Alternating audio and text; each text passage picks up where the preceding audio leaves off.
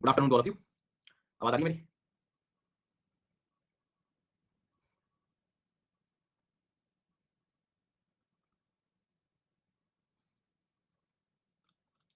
चलो तो शुरू करेंगे आज से नए कोर्स की कहानी को।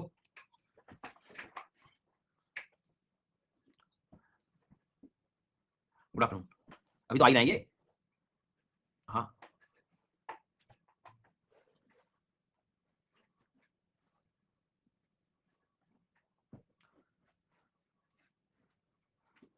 चलो तो आज ये इस कोर्स का पहला सेशन होगा। आई थिंक शेड्यूल में कल दिखा होगा आप लोगों को। आज से हम लोगों ने इस कोर्स की कहानी को शुरू किया है। आगे बढ़ेंगे। ये जो कोर्स है ज्योग्राफी में सबसे एंड में किया जाने वाला कोर्स है, ह्यूमन एंड इकोनॉमिक ज्योग्राफी। सबसे एंड में मेरा मतलब ये है कहने का कि जब आप ज्योग्राफी पढ़ना शुरू करते हैं या तो वर्ल्ड मैप से प्रारंभ करते हैं, या फिजिकल ज्योग्राफी से पढ़ते हैं, या फिर पॉसिबली इंडियन ज्योग्राफी से। तो आप जिससे भी पढ़ रहे हो इनको कंप्लीट करने के बाद ही से पढ़ें। इसके दो रीजन हैं। एक तो पहला कि प्रायोरिटीज को लेकर, यदि मैं आपसे कहूंगा पीवाईक्यूज को चेक कर लें, प्रीलिम्स के, मेंस के, तो हमारा जो सबसे ज्यादा बेनिफिट है वो इन तीन कोर्सेज को पढ़ने से ज्यादा है बजाय इस कोर्स के। पहली चीज। दूसरी बात, इसका यूज आपको कई बार हो सकता है कि मेंस में ज्यादा आ जाए, एक आध क्वेश्चन डायरेक्ट बन जाता है यहाँ से, इसलिए हमें पढ़ना भी फिर जरूरी हो जाता है। इसको आप ऐसे छोड़ नहीं सकते, प्रॉब्लम बस ये है। और प्रीलिम्स में एक आध दो क्वेश्चन यदि आ जाते हैं तो वो फिर प्रॉब्लम कर सकते हैं, इसलिए इस कोर्स को हमें पढ़ना है। ऑन एन एवरेज 8 से 10 क्लास के बीच में ये कोर्स होगा, ज्यादा बड़ा कोर्स नहीं होता ये। इसमें हम लोग जो पढ़ने वाले हैं वो मैं आपको पहले बताऊंगा, उसके बाद फिर हम लोग आगे शुरू करेंगे। जब हम सिलेबस को देखते हैं तो सिलेबस में कुछ ऐसा लिखा रहता है। सबसे इंपॉर्टेंट बात यहाँ पर जो दिख रही है वो दिखाई दे रही है natural resources. What is natural resources? क्या होता है नेचुरल रिसोर्स? हाँ, अब वो स्पेशली क्या कह रहा है वो? Across the world.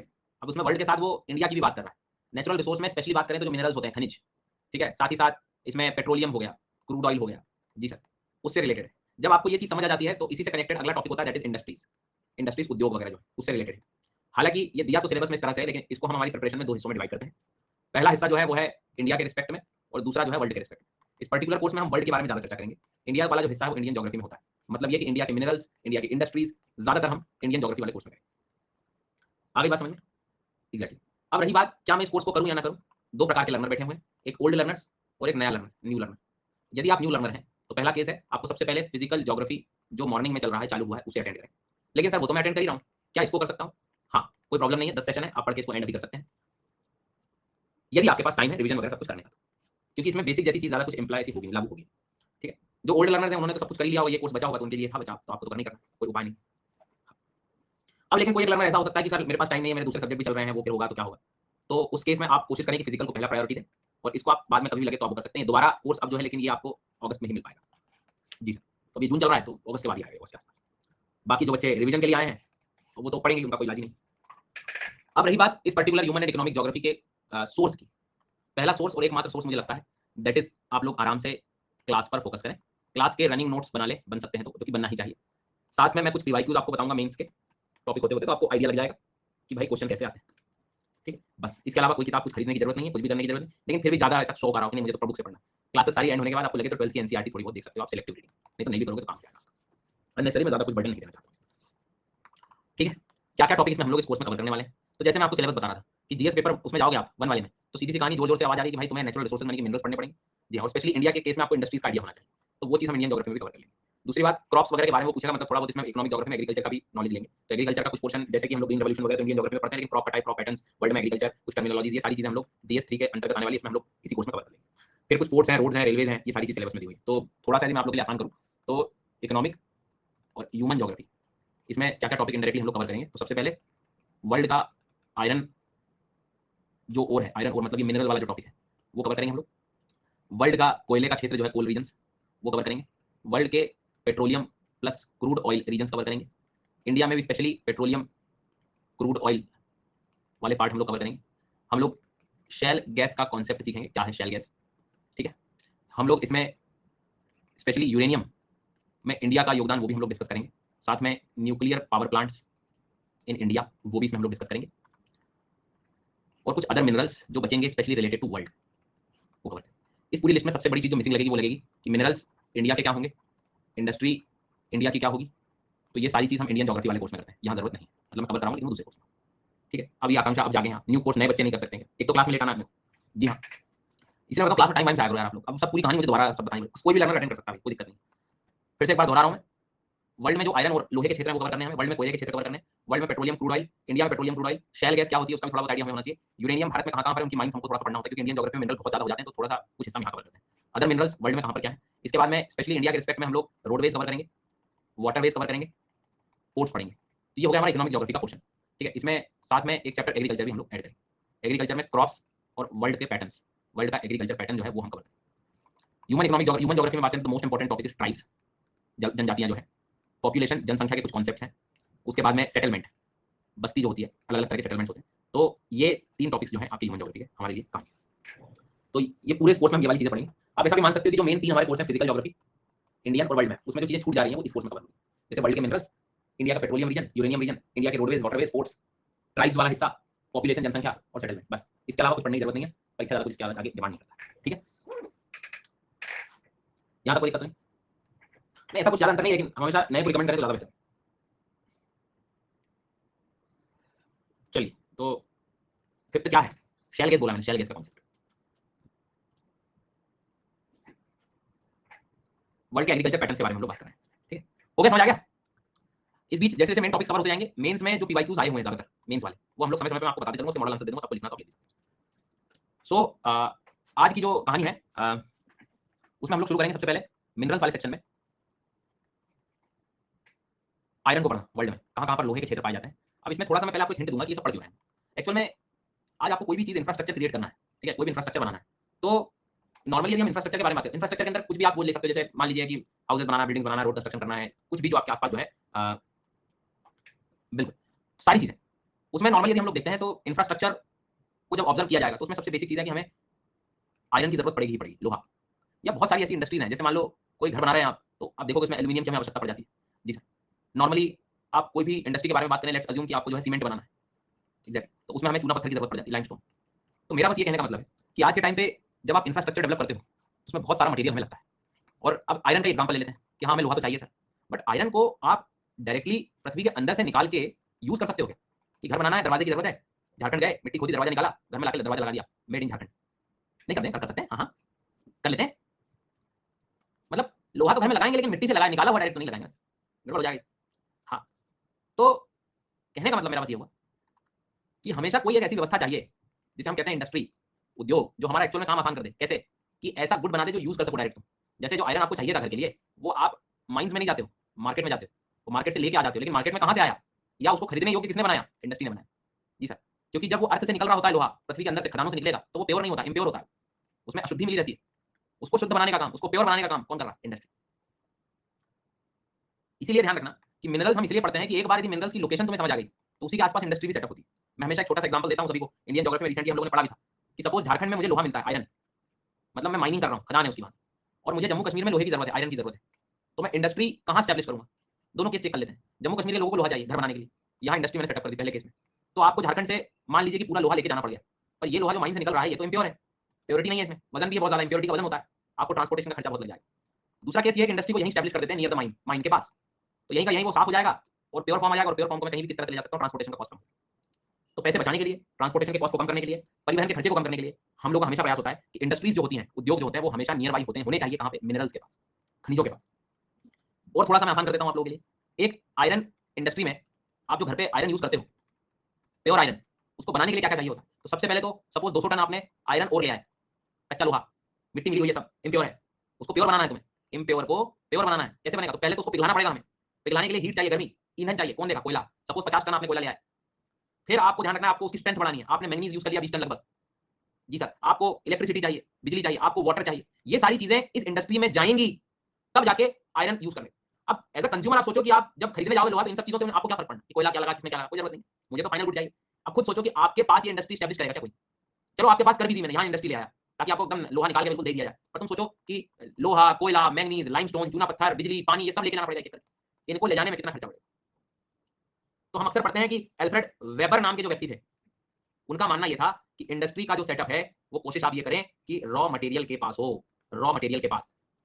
निशु आप सेकंड क्लास देखो, मैंने उसमें उसका इलाज बता दिया है, जिनको फर्स्ट लेक्चर में आवाज नहीं आई थी फिजिकल ज्योग्राफी, है ना, तो उसका जब आप सेकंड लेक्चर देखोगे तो उसमें सब समझ आ जाएगा। तो अल्फ्रेड वेबर ने ये बोला है कि इंडस्ट्री को तुम्हें रॉ मटेरियल के पास स्टैब्लिश करना है, ना कि ज्यादातर मार्केट के पास। बट वो बहुत सारे उसमें केसेस होते हैं, मैंने अभी रिसेंटली इंडियन ज्योग्राफी में पढ़ा दिया था, बट मैं 10 मिनट लेकर उसको रिपीट कर देता हूं, क्योंकि जो नए लर्नर्स हैं उनको भी थोड़ा सा कांसेप्ट समझ में आ जाएगा। देखो क्या होता है, इंडस्ट्री दो प्रकार की हम लोग जनरली, 2 या 3 प्रकार की आप बोल सकते हो। एक होती है वेट गेन इंडस्ट्री, भार में जिसमें एक तरह से मुनाफा हो जाए, बढ़ जाए, जी हाँ, तो वेट का गेन मतलब भार जो है वो बढ़ जाए, जिसमें भार बड़ी स्थिति में बढ़ जाए, तो वेट गेन इंडस्ट्री। एक है होता है वेट लूज इंडस्ट्री, भार जिसमें ह्रास हो जाए, कम हो जाए, और एक होता है फुट लूज इंडस्ट्री। अब ये क्या है सर, ये क्या मसाला ले आया, देखते हैं। आपके सामने ऑप्शन है 1 2 3। एक इंडस्ट्री ये है आयरन वाली, थोड़ी देर पहले आपको मैंने सिखाया था, इसमें मैंने 100 टन आयरन लिया, आयरन ओर का मतलब होता है कच्चा लोहा, इम्प्योर, अयस्क जिसे हम कहते हैं, लोहा अयस्क। इसमें मैंने डाला 50 टन कोयला, इसमें मैंने डाला 20 टन मैंगनीज, इसमें मैंने 30 टन चूना पत्थर, लाइमस्टोन। ये सब प्योर करने के लिए, इसको बनाने के लिए इनका इस्तेमाल किया जाता है। मैंगनीज को यूज किया जाता है उसकी स्ट्रेंथ को बढ़ाने के लिए, कोयले को यूज किया जाता है एज ईंधन, चूना पत्थर जब उसमें मिलता है तो ऑक्साइड से रिएक्ट करके इंप्यूरिटीज अलग कर देता है, कैल्शियम कार्बोनेट। टोटल कितना वजन अंदर जा रहा है इंडस्ट्री में, बताओ जरा कितना हो गया, बताओ भाई, टोटल कितना टन इंडस्ट्री में गया? 200 टन चला गया, 200 टन। अब तुम सोचो कि तुम बाजार में लोहा लेने जाओगे तो तुम्हें कोयला, मैंगनीज, चूना पत्थर इससे कुछ लेना देना है क्या सर? कुछ नहीं। तो मैक्सिमम मान लो 80 टन लोहा इसमें यूजेबल निकला, प्योर आयरन, जिसमें मैंगनीज, अब देखो कोयले का तो कोई काम नहीं है, मार्केट में तो बिकेगा नहीं है, यूज हो गया, जल गया वो तो, मैंगनीज इसी में मिल गया, चूना पत्थर जो है लाइमस्टोन, उसका भी काम खत्म हो गया। वेट गेन हुआ है कि वेट लूज हुआ है, देख लो आराम से इंडस्ट्री में। ये कौन सी, इसका जो फाइनल आउटपुट है उसको चेक करो, इनपुट था 200 टन, आउटपुट 80 टन रह गया, तो वेट ह्रास हो गया। ऐसी इंडस्ट्री को तुम सोचो कहां कहां लोकेट करोगे आप हमेशा, ऐसी इंडस्ट्री को आप, ये मार्केट है मान लीजिए, और ये रॉ मटेरियल कच्चा माल है, जब बहुत सारा रॉ मटेरियल लगता है ना तो इंडस्ट्री को इसी के पास स्थापित की जाती है। समझ आई बात? क्योंकि बहुत क्लियर चीज है इसमें, आपको देखने वाली बात समझ आ रही है कि सर देखो क्या लिखना है, वो थोड़ी देर से मैं समझाऊंगा, परेशान मत हो, थोड़ा समझ लो, कॉन्सेप्ट समझ लो। कई बार डायरेक्ट कुछ चीजें कॉन्सेप्चुअल है, वो ऐसे डायरेक्ट कोई नहीं पूछ रहा है तुमसे, कुछ चीज समझने वाली भी होती है, उसको थोड़ा आप समझिए। लिखने वाली कहानी तो अपन 2 मिनट में डायग्राम बना लेंगे। तो वेट लूज हो चुका है, अब उसको रियल फील लूज क्यों हुआ, क्योंकि बहुत सारी ऐसी चीज थी जो कस्टमर के लिए यूज नहीं, उसको तो आयरन चाहिए, बाकी चीज तो उसको प्योर करने में लगी। तो ऐसी इंडस्ट्रीज को हमें नियर बाय कहां सेटअप करना चाहिए, नियर बाय हमें माइंस के, रॉ मटेरियल के, कच्चे माल पर, कच्चे माल की जगह पर नजदीक उसके स्टैब्लिश करना होगा। क्यों सर? आज आपको ऑप्शन दूं, 80 टन को ट्रैवल करा लो और 200 टन को ट्रैवल करा लो, ट्रांसपोर्टेशन में किसका खर्चा ज्यादा है? 200 टन का। तो भैया मैं 200 टन मतलब सपोज ये कस्टमर है यहाँ पे, तो यहाँ पे 80 टन ले जाना आसान है सर, 80 टन जो है उसमें कॉस्ट कम लगेगा। अब यहाँ तो कस्टमर तक पहले 100 टन कच्चा लोहा ला रहे हैं, फिर 50 टन ला रहे हैं, फिर 20 टन ला रहे हैं, फिर ये ला रहे हैं, वो ला रहे हैं, हो गया काम खत्म। तो अल्फ्रेड वेबर का यही कहना है कि कुछ भी करो इंडस्ट्री में लीस्ट ट्रांसपोर्टेशन कॉस्ट होना चाहिए। लीस्ट ट्रांसपोर्टेशन कॉस्ट मतलब क्या? लीस्ट ट्रांसपोर्टेशन कॉस्ट का मतलब क्या कि जितना हो सके परिवहन का जो खर्चा है वो कम होना चाहिए। सिंपल सी कहानी है, क्लियर हुई बात? अब देखो लॉजिकली आप समझिए भी, यही कारण है आज इंडिया में आप जाओगे तो ज्यादातर आयरन एंड स्टील इंडस्ट्री आपको उड़ीसा में, झारखंड में, छत्तीसगढ़ में, वेस्ट बंगाल में, कर्नाटक में ही क्यों मिलती है? क्यों? क्योंकि ये सारा रॉ मटेरियल इन्हीं राज्यों में आपको देखने को मिलता है, इसलिए उद्योग भी वहीं स्थापित हो गए। क्योंकि ये 80 टन को इंडिया में सप्लाई किया जा सकता है अलग अलग जगह पे प्योर वाली चीज को, बट ये 200 टन इंप्योर चीज उसको क्यों ट्रांसपोर्ट करोगे आप जैसे? आई बात समझ में? यहाँ तक। फिर दूसरी बात की है, इनने कसम खा ली क्या सर कि मतलब ये यहीं मिलेंगे और कहीं नहीं मिलेंगे मिनरल? ये मेरे ऊपर, आपके ऊपर, किसी पर निर्भर नहीं करता। मिनरल की जो अवेलेबिलिटी है वो डिपेंड करता है वहां के रॉक सिस्टम पर, कि जहां पर जिस प्रकार की चट्टानें होंगी उस प्रकार, तो हर रॉक्स में मिनरल्स मिलते नहीं है, तो उन क्षेत्रों में पर्टिकुलरली रॉक बियरिंग मिनरल्स या रॉक्स कह सकते हो वैसे मिले। अब ये कैसे होगा कि वहीं पे वो रॉक है? तो इसमें तो ये क्वेश्चन कभी खत्म नहीं होगा आपका। राजस्थान में चलो मिल रहा है, गुजरात में मिल रहा है, कहीं और नहीं मिल रहा है, तो क्वेश्चन इसका आंसर ये है कि जब अर्थ का फॉर्मेशन हो रहा था तब रॉक कहां पर कौन सा एस्टैब्लिश हुआ उसके आधार पर चीजें बन रही है। समझ आएगा बात? तो वेट लूज इंडस्ट्री का लॉजिक क्लियर हो गया। तो वेट लूज को आप कोशिश करेंगे कि मार्केट के पास एस्टैब्लिश करेंगे या रॉ मटेरियल के पास एस्टैब्लिश करेंगे? तो रॉ मटेरियल के पास एस्टैब्लिश करेंगे, क्योंकि जितना भी सामान है वहीं सब खर्चा हो जाए, वहीं यूज हो जाए। हमें बस प्योर चीज को मल्टीपल, क्योंकि मल्टीपल जगह पे ले जाना इनको पॉसिबल नहीं है सर। इसको जरूर बेच सकते हो आप, 80 टन लोहा सब जगह चला जाता है, हर जगह मार्केट में आ जाता है। अब तुम सोचो कि आपके डिस्ट्रिक्ट के लिए अलग से इंडस्ट्री ओपन हो जाए तो इतना मटेरियल कैसे ट्रांसपोर्ट होगा? तो ये ध्यान रखना, लीस्ट कॉस्ट ट्रांसपोर्टेशन। अब इसमें क्या है देखो, अब ऐसा भी नहीं होता कि जैसे जहां कोयला मिल रहा है उसी जगह पे लोहा मिल जाए पास ही पास, नहीं सर, वही प्रॉब्लम है। स्टेट एक हो सकता है, कोल और आयरन मान लीजिए कि 500 किलोमीटर दूर है, अब इंडस्ट्री फिर कहां सेटअप करोगे? तो लोग कहेंगे कि सर हम आयरन के पास कर देंगे क्योंकि आयरन ज्यादा अवेलेबल है। कुछ कहेंगे सर हम बीच में कर देंगे, बीच में मतलब यहाँ मिडिल वाले क्षेत्र में कर देंगे ताकि ज्यादा दूर भी ना पड़े। अल्फ्रेड वेबर यही समझाते हैं कि देखो, आप एंड में मान लो कोयला लेके जा रहे हो यहाँ पे, वापस तो तुम खाली आ रहे हो ना। यहाँ तक लोहा लेके गए आप, यदि इंडस्ट्री स्टैब्लिश करें, वापस तो तुम खाली आ रहे हो, ट्रांसपोर्टेशन का कॉस्ट बचा नहीं रहा है आप। तो मानना ऐसा होता है कि कोयले वाले क्षेत्र में भी आप एक इंडस्ट्री स्टैब्लिश करिए, आयरन वाले क्षेत्र में भी एक इंडस्ट्री स्टैब्लिश करिए। एक बढ़िया से ट्रेन कनेक्ट होगी, यहाँ की ट्रेन क्या करेगी, पहले कोयला रखेगी, कोयला रखा, ये कोयला यहाँ जाके छोड़ दिया, ऑलरेडी यहाँ पे क्या है, लोहा है, जरूरत पूरी हो गई, ट्रेन खाली वापस नहीं आएगी, ट्रेन में आप लोहा रख के लाइए क्योंकि यहाँ लोहा था, यहाँ के वो लोहा छोड़ देगी, आयरन, आयरन पहले से कोयला है, दोनों जगह काम। तो कहने का मतलब क्या हुआ कि जहां पे कोई भी एक मेजर रॉ मटेरियल मिल रहा है उस जगह पे तुम तो इंडस्ट्री स्टैब्लिश करो, क्योंकि वहां से दूसरा रॉ मटेरियल चला जाएगा और दूसरी ओर से दूसरा आ जाएगा। यही कारण भी है कि आज भारत में इंडस्ट्रीज सिर्फ ऐसी जगह स्टैब्लिश नहीं है कि जहां दोनों चीजें होनी चाहिए। एक एग्जांपल देता हूं मैं आपका, वेस्ट बंगाल, नाम सुना होगा राज्य का। वेस्ट बंगाल एक ऐसा स्टेट है जहां पे कोयला बहुत है, आयरन नहीं है, तो क्या इंडस्ट्री स्टैब्लिश नहीं हो सकती? तो सोचिए नहीं हो सकती, लेकिन प्रॉब्लम ये है, अच्छी बात मतलब ये है कि यहाँ पर आपको दुर्गापुर स्टील प्लांट भी मिलता है, दुर्गापुर स्टील प्लांट भी मिलता है, और यहाँ पर आपको normally IISCO Burnpur Indian iron and steel company भी मिलता है। कारण क्या है सर? यहाँ से कोयला नहीं, पड़ोस के राज्य जो है वहाँ पे लोहा है ना सर, तो वहाँ से आ जाएगा लोहा, उनको कभी कोयले की जरूरत होगी तो वहाँ से चला जाएगा।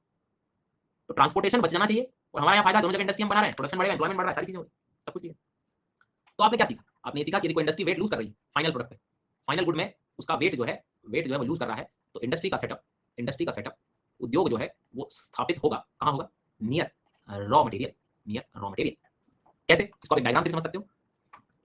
सपोज ये मेरा रॉ मटेरियल है, ये मेरा मार्केट है, तो मेरी इंडस्ट्री कहां स्टैब्लिश होनी चाहिए, इंडस्ट्री यहां स्टैब्लिश। अभी जैसे हम बात कर रहे थे कि सपोज कोई दो रॉ मटेरियल है, एक रॉ मटेरियल यहां है, एक रॉ मटेरियल यहां है, ये मार्केट है, तो इंडस्ट्री इस केस में भी कहां सेटअप होगी, इस केस में भी जो है इंडस्ट्री कहां सेटअप होगी। जी सर, तो इस केस में इंडस्ट्री को सेटअप करने के लिए कहां करो बताओ, यहां पर दोनों जगह I2 I1, और दोनों ट्रांसपोर्टेशन से कनेक्ट रहे, दोनों का प्रोडक्ट मार्केट तक चला जाए। कुछ भी कर लो, तुम हो तो नियर रॉ मटेरियल के, नियर रॉ मटेरियल। लेकिन एक कसम खाली तुमने, तो इंडस्ट्री तो एक ही बनाऊंगा, फिर क्या करोगे आप, इंडस्ट्री तुम्हें एक एस्टैब्लिश करनी है, फिर तुम ये देखोगे ना कि किसको ढोने में ज्यादा समय लग रहा है, किसको ढोने में ज्यादा खर्चा लग रहा है। लोहा, लोहा बहुत लगेगा वैसे भी, तो आप मान लीजिए ऐसा केस भी तो बन सकता है कि रॉ मटेरियल 1 रॉ मटेरियल 2 है, ये मार्केट है। Suppose raw material 1 is greater than RM2, मतलब क्या कि सपोज रॉ मटेरियल में कॉस्ट हमें ज्यादा लग रहा है, तो क्या कहती है, मतलब समझदारी तो ये कहती है कि भाई इंडस्ट्री को यहां स्टैब्लिश कर दो, सीधी सी बात है। जो हैवी है, जिसका कॉस्ट ज्यादा है, उसके पास हम इंडस्ट्री स्टैब्लिश कर देंगे। मान लो कि कभी कोई दूसरी जगह है, उस साइड रॉ मटेरियल 2 ज्यादा हमें कॉस्टली लग रहा है, रॉ मटेरियल 2 ज्यादा जो है कॉस्ट लग रहा है, उसमें हैवी लग रहा है वो, तो भी कोई प्रॉब्लम नहीं है अपने को। उसमें एक एग्जांपल बस दे रहा हूं आपको कि उस टाइम फिर हम इंडस्ट्री को क्या कर सकते हैं एस्टैब्लिशमेंट।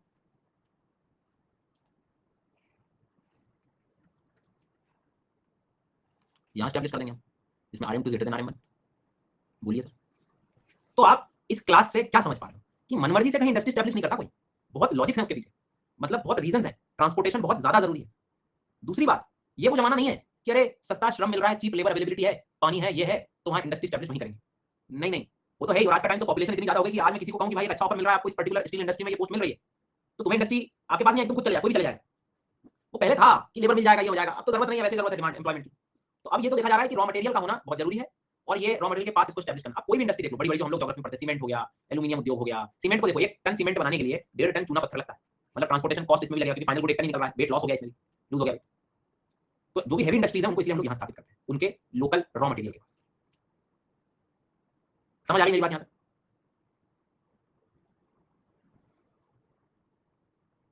तो वेट लूज से घबराने की जरूरत नहीं है, वो आपसे ये डायग्राम वायग्राम तो मैंने आपकी अंडरस्टैंडिंग के लिए थोड़ा सा समझा दिया। एग्जाम में तुम्हारे लिए यही काम हो जाएगा, इतने में प्रीलिम्स विलिम्स में स्टेटमेंट आ गया तो यहीं से तुम निकाल दोगे क्वेश्चन कि वेट लूज वो है जिसका फाइनल गुड का वेट कम हो जाए, इंडस्ट्री का सेटअप रॉ मटेरियल के पास होना चाहिए, बस हो गया। ठीक है, और यही कारण है कि आज आप इंडस्ट्रीज देखना, इसका मतलब तो ये हुआ कि इस क्लास में मैं क्यों बार बार आपको बोल रहा था कि हमें विश्व के लोहा और कोयला के क्षेत्र पढ़ लेने चाहिए, क्योंकि यही सबसे ज्यादा जो है, सबसे ज्यादा बड़ी मात्रा में ट्रांसपोर्टेशन का कॉस्ट लेते हैं। यदि तुम्हें एक बार ये समझ आ गया कि दुनिया में कहां कहां मिल रहा है, तो ऑटोमेटिकली उसी के नजदीक तुम्हें क्या पता है, इंडस्ट्रियल बेल्ट होगा, इंडस्ट्रियल। ठीक है, समझ में आ गया। इसका एक अपोजिट पैटर्न है, वेट गेन। अब वेट गेन क्या होता है, मतलब आप ऐसी इंडस्ट्री एक्सपेक्ट कर रहे हो कि वजन बढ़ जाए उसका। जैसे मान लीजिए आपको एक दुकान पे जाना है, आपको एक सीपीयू कंप्यूटर लेने जाते हो, कंप्यूटर में देख रहा हो क्या हुआ, आपने जो है मदरबोर्ड डाल दिया, आपने जो है उसमें रैम लगा दी, आपने जो है हार्ड ड्राइव लगा दी, आपने जो है पावर सप्लाई दे दिया। सबका अपना अपना वजन है और सब अलग अलग जगहों से आ रही है। तो कॉमन सेंस क्या है कि इसको असेंबल कहाँ किया जाए, मार्केट में ही किया जाए। जी सर, और मार्केट कहाँ होगा, जहाँ मार्केट होगा। अब उसी के क्यों, क्योंकि जब इनको तुम जोड़ोगे तो वेट क्या हो जाएगा, पूरा वेट जो है ओवरऑल इनको सबको कनेक्ट करोगे तो वेट गेन कर जाएगा। एक डिवाइस बनाना सबको मिला के वजन बढ़ गया। अब उसको तुम काट हो गए कि मान लो ताइवान में चिप बन रही है कोई सी प्रोसेसर की, तो ताइवान में सीपीयू बने जरूरी नहीं है, मान लो वहां बना दिया तो इंडिया तक लाते लाते हो गया काम। इससे अच्छा है कि बल्क में जो चीज जहां से आ रही है वो ले आओ, और इंडिया मार्केट है तो वहां पर जाके आपने जो है उसको असेंबल कर दिया। कार्स है, मान लीजिए कार की कोई टेक्नोलॉजी बाहर की फॉरेन की, जर्मन कार है मान लीजिए, इटालियन कार है, अब वो वहीं बना बना के भेज रहा है तुम्हें, इंडिया में उसका मार्केट है, हो गया काम खराब। Assembling units, car units, assembly सारी चीज तुम्हें कहां मिलेगी, उसी मार्केट के पास नजदीक में मिलेगी, चेन्नई में मिल गई, गुजरात में मिल गई। क्योंकि वेट क्या हो जाएगा, सबको मिला दोगे तो गेन कर जाएगी। मार्केट ऐसा नहीं है कि तुम्हारे घर का जो है अपना लोकल वो वाला दही मंडी वाला मार्केट, वो वाला मार्केट नहीं कह रहा हूं, India as a country market हो सकता है, एज अ स्टेट मार्केट हो सकता है, थोड़ा बुद्धि को इसे बाहर कर। जी हाँ, तो आप फॉरेन को इंडिया के रिस्पेक्ट में बात करो, कार की मैन्युफैक्चरिंग, बाइक्स की मैन्युफैक्चरिंग हो रही है, कोई टेक्नोलॉजी बाहर से आ रही है, टायर का मैन्युफैक्चरिंग कहीं और से हो रहा है, अलग अलग जगहों से हो रहा है, लेकिन किसी एक प्लेस पे उसको असेंबल करो, वेट गेन कर हो गया, उसके आसपास उसको मार्केट। तो वेट गेन समझ गया ना, असेंबलिंग वाली जो चीजें होती हैं, ठीक है, ऐसे उद्योग ज्यादातर आपको वेट गेन की तरफ ले जाते हैं। टिकट रेस किया तो देखो कुछ हो जाएगा, एक बार ऐप वगैरह अपडेट कर लो मेरे हिसाब से, और यदि आप वेबसाइट से यूज कर रहे हो तो थोड़ा सा कैश वगैरह क्लियर भी कर लो, मतलब वही। ये टिकट रेस क्या है, ये भी बढ़िया सवाल है जीवन का। आप अनअकैडमी पे कोई हेल्प सपोर्ट पे जब अपनी समस्या बताते हो तो वो टिकट रेस करना हो गया।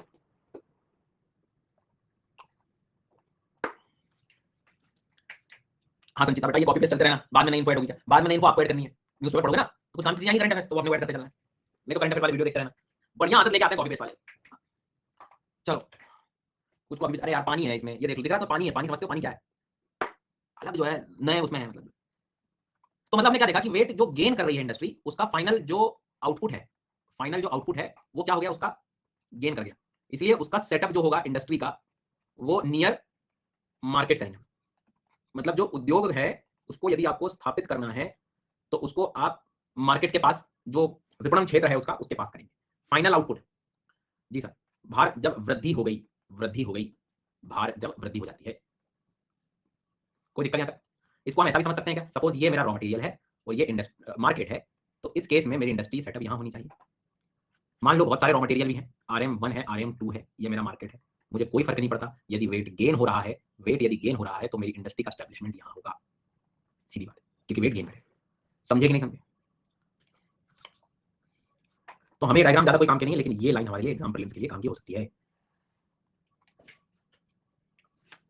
ये तो आपको समझाने की पूछे प्रोसेस करें तब तो ठीक है। ठीक है भैया, समझ में आ रही बात यहाँ तक? कोई दुख दर्द?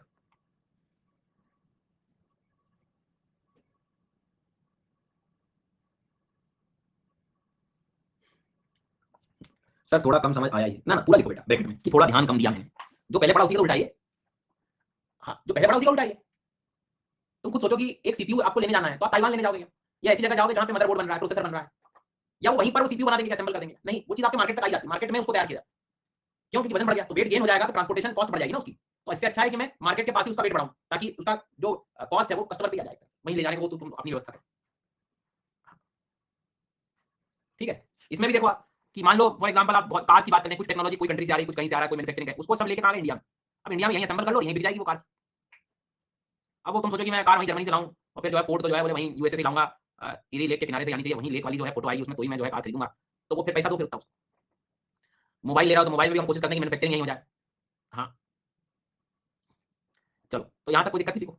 अब एक उद्योग ऐसा भी तो हो सकता है ना, फुटलूज, मतलब क्या सर, जिसे कोई फर्क नहीं पड़ता, कोई फर्क नहीं पड़ रहा रॉ मटेरियल का, तुम्हें घड़ी बनानी है, वॉच इंडस्ट्री, क्या लगता है कोई मार्केट कोई रॉ मटेरियल पर डिपेंड करेगी? वॉच घड़ी बनानी का, तुम सोचो शांति, क्योंकि ना तो कोई ट्रांसपोर्टेशन का खर्चा है, कुछ नहीं। जहां जरूरत, वैसे डायमंड, डायमंड उद्योग जो है इंडस्ट्री, डायमंड को आप उस व्यापार कर रहे हैं, हीरे का व्यापार जो है चल रहा है, क्या उसमें डिपेंडेंसी है? और है भी, चलो मान लो कोई मिनरल्स पर, तो उसको ले जाने में ट्रांसपोर्टेशन में कोई कॉस्ट लगेगा क्या? मींस जिसका रॉ मटेरियल पॉसिबली यूबीक्यूटस है। यूबीक्यूटस का मतलब क्या होता है? इजीली अवेलेबल है, हर जगह अवेलेबल है। पॉटरी इंडस्ट्री, मटका बना लो गाइस, मिट्टी के बर्तन बना लो गाइस, कहीं भी बना सकते हो, नॉर्मल बहुत कॉमनली चीजें अवेलेबल है। जी हाँ सर। तो कुछ ऐसे उद्योग भी हैं फुटलूज, जिनको मार्केट और रॉ मटेरियल से ज्यादा इतना फर्क नहीं पड़ता as compare to heavy industries, इसलिए हमें इनको ज्यादा कुछ पढ़ना नहीं होता है। हमारी ज्योग्राफी में इसकी वैल्यू ज्यादा है वेट लूज।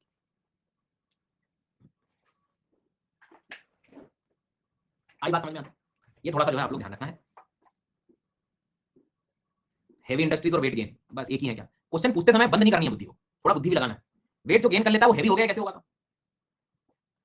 वेट लूज में रखेंगे। आयरन इंडस्ट्री वगैरह ये सारी जो चीजें हैं जिसमें रॉ मटेरियल बहुत ज्यादा लग रहा है, बड़ी मात्रा। सर एक इशू है, कंसिस्टेंसी नहीं बन पा रही, कॉलेज एग्जाम भी, असाइनमेंट भी कॉलेज मिस हो जाता है, तो समझ नहीं आता फिर क्या करें। देखो भाई, कॉलेज में तैयारी करने का किसने निर्णय लिया? आपने। जॉब करते समय निर्णय किसने लिया? आपने। क्यों लिया? आपको अपने जीवन को बदलना है, और जीवन को बदलना इतना आसान नहीं है, मेहनत लगेगी, अपनी क्षमताओं के 100 गुना परे जाना पड़ेगा। जी सर, वो करना ही पड़ेगा आपको, जैसा अपने आप को ढालोगे वैसे ही आपका होगा। जी, तो जिम्मेदारी ली है तो तरीके खुद निकल जाएंगे, निकालने का प्रयास करो। यहाँ से कैसे क्वेश्चन आते हैं बता दीजिए, अभी पहले टॉपिक तो पढ़ लीजिए आप, बड़ी दुर्दर्द है जीवन के, और एक आध कोई और लिख रहा हो तो लिख दो।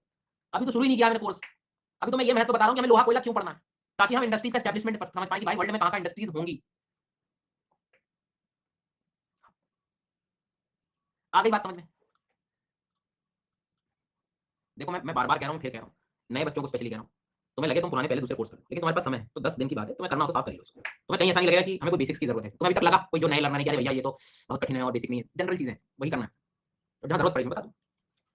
सो मैं आपसे अब कहना चाह रहा हूँ कि कोई बोले इंडस्ट्री को स्टैब्लिश करने के लिए कौन कौन से फैक्टर्स होने चाहिए, तो अब आपको पता है कि सर रॉ मटेरियल बहुत ज्यादा जरूरी, बिना उसके काम नहीं होगा।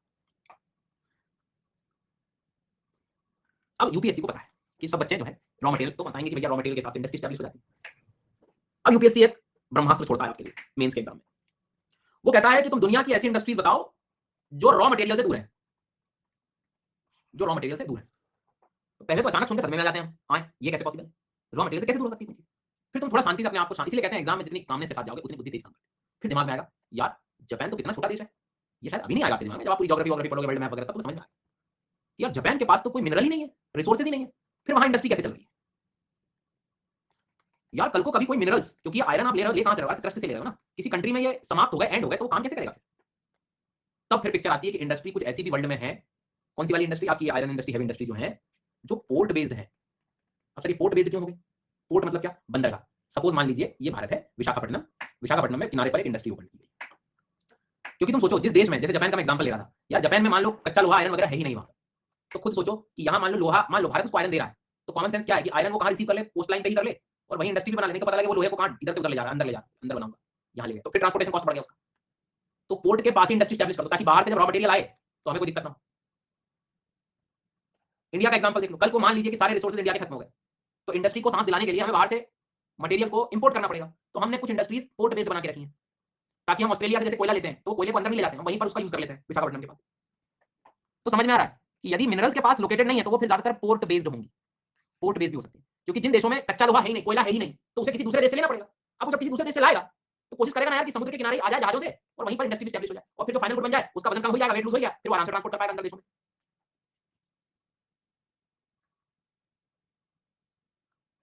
तो देखो आपको सेंस समझ आ रहा है कि इंडस्ट्री को क्यों ओपन किया जा रहा है। एक तो मिनरल एस्पेक्ट समझा दिया मैंने, जब मिनरल है ही नहीं तो पोर्ट बेस्ड। लेकिन कभी कभी कुछ इंटेंशनली कॉस्ट भी होता है। कैसे? जैसे मान लो कोई डिफेंस सेक्टर है।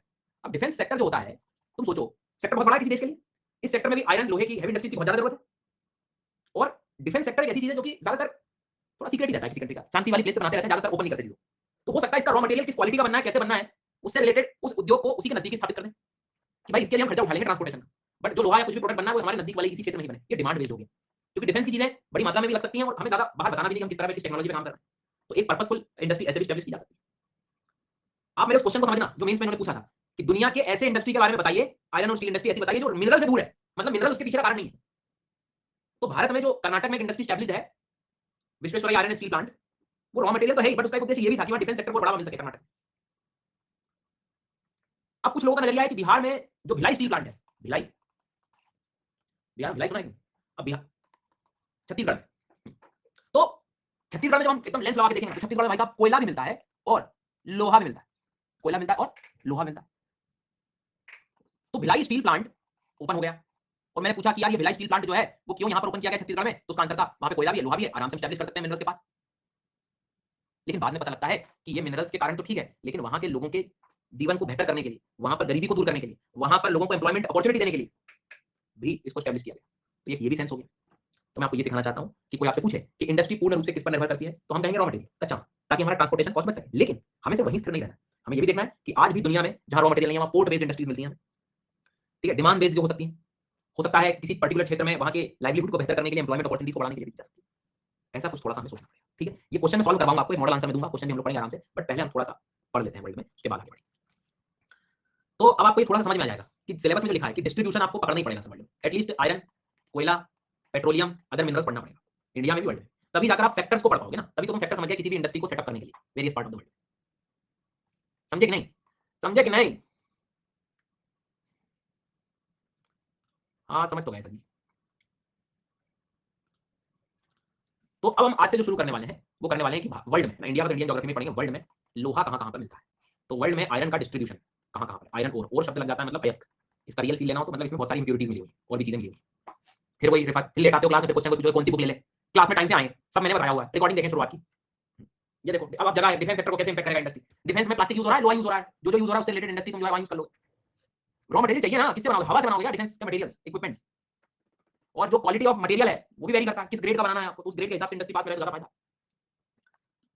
ध्यान दो भैया ध्यान दो, आपके लगभग सारे डाउट्स जो होते हैं वो सब क्लास में ऑलरेडी डिस्कस किए जा रहे होते हैं, बस थोड़ा सा ऑब्जर्वेशन करना होता है। सर मैं कभी बॉटल का ढक्कन खोल रहा हूँ, कभी ऐसे बैठा हूँ, कभी इधर हो जाता हूँ, थोड़ा मैं इधर देख लेता हूँ, मैं खिड़की से बाहर देख लेता हूँ, इतने में तो आप आगे बढ़ जाते हो, फिर मुझे नहीं पता लगता कि आप कहाँ चले गए, कैसे होगा भैया। चलो तो अब अपन आगे बढ़ेंगे। आप हेडिंग बना लो, इस मैप को आराम से देखो, मुझे एक मिनट का समय दो, एक फाइल लेके आ रहा हूँ, फिर अपन पढ़ते हैं, एक मिनट में शायद स्टक हो जाऊंगा।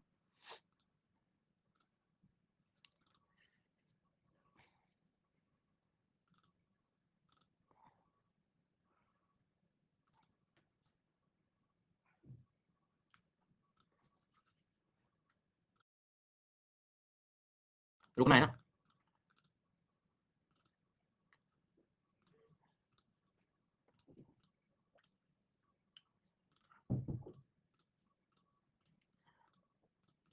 अलग चल रहा है लोग इलेक्शन में एकदम, बिल्कुल क्या होगा भैया, दो डिवाइसेस चल रहे हैं आज तो बच्चों के, दो। देखो मैं अभी आपसे लिख रहा था क्वेश्चन, देखो बड़ा रिसेंट क्वेश्चन था 2020 का कि account the present location of iron and steel industries away from the source of raw material. यहाँ मतलब क्वेश्चन पढ़ के ऐसा लगा कि बेकार है भैया, मैं तो टूट गया वाली बात, away from the source of raw material. Question लिखा कि नहीं, क्वेश्चन लिखा कि नहीं? हाँ ऐसे मतलब आप एज इट इज हिंदी में पढ़ सकते हैं, कुछ नहीं है कि वर्तमान में जो लौह इस्पात उद्योग है उसके कच्चे माल के स्रोत से दूर स्थिति का उदाहरण सहित कारण। तो कच्चे माल से दूर क्यों होते, उस चीज को आपको जो है समझना है। क्लियर हो गई बात? अभी सॉल्व करने मत बैठ जाना, अभी अपन कुछ पढ़ाई नहीं है, अभी अपन धीरे धीरे धीरे धीरे account for the present location of iron steel industry from the source of raw material by giving the example. तो बेसिक चीजें जो है अपने को समझ में आ जाएगी। खैर हाँ, कुछ पता ही नहीं है सर कैसे सॉल्व करें, मैंने बोला सॉल्व करने के लिए, मैंने कहा अभी, मैंने बोला कि नहीं, कुछ नहीं बोला, मैंने सिर्फ बताया कैसे क्वेश्चन आते हैं। देखो मैं आपको मन का लूप समझाता हूं, मन का लूप। व्हाट इज मन का लूप? मैं नया हूं फर्स्ट डे, फिर सर ने थोड़ी सांत्वना दी तुमको कि बेटा चिंता मत करो, तुम क्लास में बैठो, टेंशन मत। फिर दूसरा कौन सी बुक ले लूं, कौन सी बुक ले लूं। अभी क्वेश्चन गलत नहीं है, तुम लेट थे ना क्लास में तो तुम्हें कुछ समझ नहीं बैठी, बेकार हो गई, जबकि पता होनी चाहिए जिम्मेदारी पहला दिन है भाई साहब, आग लगा दूंगा, टाइम पे चला जाऊंगा क्लास में, नहीं 10 मिनट लेट जाऊंगा, हो गया, लड्डू ले लिया, परेशान हो रहे। अब कौन सी बुक ले लूं, योगा नेक्स्ट वन, अब जैसे पढ़ना शुरू कर दिया, अब लॉजिकली आपको फोकस करना चाहिए, जिस व्यक्ति से पढ़ने आया उस पर थोड़ा सा भरोसा रखिए कि ये आदमी सब करा देगा, पर नहीं पढ़ूंगा तो बाद में, पर दूसरे सवाल पूछ लूंगा, क्वेश्चन कैसे आएंगे इसमें से, क्वेश्चन कैसे आएंगे, फिर मैं क्या करूंगा कि बेटा क्वेश्चन ऐसे आएंगे, फिर अच्छा ठीक है सॉल्व कैसे होंगे अभी।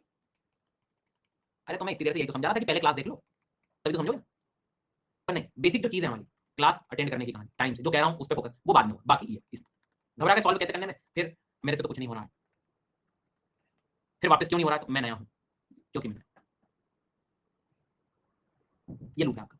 ध्यान कहां चाहिए था आपका, पूरा क्लास में सारी चीजें आपको चाहिए थी, सारी चीजें आपको समझाना था, और अभी अपने 1 घंटे बिताया इस कोर्स में, धीरे धीरे पढ़ेंगे, चीजें याद करेंगे, ऑब्जर्व करेंगे, फिर इंडियन ज्योग्राफी पढ़ेंगे हम, इंडियन ज्योग्राफी के साथ फिर हम वो वहां के मिनरल्स पढ़ेंगे, वहां की इंडस्ट्रीज पढ़ेंगे, वहां की इंडस्ट्री याद करेंगे, हम इंडस्ट्री के नाम याद होंगे, लोकेशन याद होगी, हम कम से कम 8-9 घंटे बिताएंगे, तब जाकर इस क्वेश्चन पे आएंगे सॉल्व करने, पर नहीं 8 घंटे के पहले बनना कैसे है, सॉल्व नहीं होगा, क्वेश्चन कैसे आएंगे, क्या होगा, प्रॉब्लम है। मैं फिर कह रहा हूँ तुम्हारा मन जब जब तुम मेहनत करोगे ना तब तक तुम्हें इधर बाहर की तरफ खींचेगा, नहीं जाना, तो फोकस रहना पड़ेगा, जो मुझे काम दिया पढ़ने का वो पहले पढ़ो, और इस भ्रम में मत रहना कि क्वेश्चन डायरेक्ट आएगा और डायरेक्ट कॉलेज वाला आंसर लिख दूंगा, कभी नहीं होगा। इस क्वेश्चन का मैं आपको एक हिंट दे दूं, मॉडल आंसर आप लिखोगे बाई चांस लिख भी रहा, तो देखना इसमें फॉर एग्जांपल मैं टोक्यो योकोहामा नाम ले रहा हूँ, ठीक है समझना, उसके बाद में मैं छोटा नागपुर नाम ले रहा हूँ, ठीक है, उसके बाद में मैंने मॉडल आंसर के उसमें दुर्गापुर मैंने नाम लिया, ठीक है, मैंने जो है फॉर एग्जांपल इसमें और भी यदि हम देखें तो भद्रा स्टील प्लांट्स के बारे में बात की, विश्वेश्वरैया के बारे में बात की, ये सब क्या है, इंडिया की बात है, ये तुम इंडियन ज्योग्राफी में सीखोगे, कुछ वर्ल्ड मैप में सीखो, कुछ इसमें सीखो, मतलब तुम्हें कोर्सेज पूरे करने पड़ेंगे, समझ रहे हो आप, तब जाकर तुम सोचो कि क्योंकि इसमें कहां लिखा है इस क्वेश्चन में कि ये वर्ल्ड का है सिर्फ या सिर्फ इंडिया का है, कहां लिखा है इसमें, मतलब तुम्हें पूरी नॉलेज चाहिए, और ऐसे एक नहीं ऐसे सारे क्वेश्चन मिलेंगे, इसलिए हम आपसे कह रहे हैं सबसे पहले इस प्रक्रिया पर भरोसा करिए और पूरे कोर्सेज अच्छे से करिए, तब जाकर इनमें चला, जल्दबाजी बिल्कुल मत करना, हाथ पे जला लोगे, समझ आई ना बात, ठीक है समझ गया, सारी बात समझ गया मैं आपकी। अब लोहा जो होता है सर, लोहा का भी अलग अलग तरह के प्रकार है, वो अपन बाद में डिस्कस करेंगे, बट अब आज आपको इतनी देर में 1 घंटे में ये तो समझ आ गया कि हम लोग आयरन को क्यों पढ़ने जा रहे हैं, क्योंकि एक बार इसकी लोकेशन हमें वर्ल्ड में समझ आ गई कहाँ कहाँ मिलता है ये, तो हम इंडस्ट्रीज को एटलीस्ट बता पाएंगे कि भाई दुनिया में किन किन जगहों पर इंडस्ट्रियल बेल्ट पाए जाते हैं, ठीक है, बहुत सिंपल तरीका है। अब मैं जो पढ़ाने वाला हूँ कंट्री वाइज पढ़ेंगे हम लोग, ठीक है, कॉन्टिनेंट वाइज, कंट्री वाइज, और दूसरी बात याद रखना है कि प्लेसेस याद ही करने हैं आपको, क्यों सर, क्योंकि डायरेक्ट एग्जाम में प्रीलिम्स वाले क्वेश्चन भी आ सकते हैं, कैसे एग्जाम्पल लेते हैं, सपोज ये मैग्नेटोगोरस दिखाई दे रहा है, ये प्लेस रशिया में, ठीक है, उसके बाद में अंगारा बेल्ट, ये प्लेस रशिया में, ये बेल्ट दिख रहा है आपको कारागंडा नाम की जगह है, लोहे के लिए प्रसिद्ध है, ये कजाकिस्तान, ये क्वेश्चन आ गया A B C, which one of the following is और आर करेक्टली मैच, इनमें से कौन से सही जोड़ी मिली हुई है, कौन से पेयर सही है, तो ये तीनों सही है, तो इस तरह के क्वेश्चन समझ रहे हो ना, ये तब होंगे जब तुम बहुत क्लियरली तुम्हें नाम पता हो, नहीं तो तुम क्या पेपर देने आए हो, तीनों सही कैसे हो सकते हैं, एक तो गलत करूंगा, 2 दिख रहे हैं, काम पता गलत बनाता हूं, ओनली 2 आर करेक्ट, बोला भर दिया, जो तीनों सही है, तो अपने को क्लैरिटी चाहिए। तो शुरू करते हैं, सबसे पहले will start with iron reasons in China, heading बना लो चाइना में कहां-कहां मिलते हैं, जी चाइना के नाम जो है अपने को याद करना,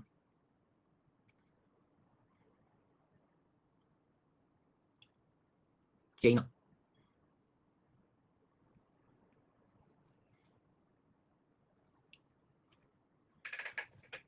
ठीक है, चाइना में सबसे पहले इसकी बहुत अच्छी चीज है कि तुम्हें नाम वैसे याद हो जाएंगे इसके, क्यों, नाम देखो शेनयंग शेनयंग शेनयंग, वुहान, सिक्यांग, जी सर, शेंडोंग, अनशन, एटलीस्ट इतने को याद कर लेना कि कोरिया में मत लगा के आना, ताइवान में मत लगा के आना, जापान में मत लगा के आना, नहीं तो ट्रिक बना दी तुमने कि वहां होगा, हो गया काम। तो शेनयोंग, अनशन, शेंडोंग, वुहान, सिक्यांग, मेरे शब्दों को यदि तुम बार बार सुनोगे तो भी तुमसे याद हो जाएगा, शेनयांग, अनशन, शेंडोंग, वुहान, सिक्यांग, ठीक है, आगे बात समझे, ये नॉर्थ वाला जो एरिया है इस बेल्ट को मंचूरिया बेल्ट भी कहते हैं, Manchuria belt is famous for industrial reasons in China, लोहा कोयला सब मिलता है इस जगह, ये शेनयांग वाली जगह, तो चाहे आप तो मंचूरिया बेल्ट भी लिख सकते हैं, मंचूरिया, मंचूरिया, मंचूरिया ले लो जी सर। सो शेनयांग मैं पोलिंग कराऊंगा, पूछूंगा अभी मैं, सिर्फ लिखना, रोबोट नहीं बनना है क्लास में, लिख लिया जल्दी,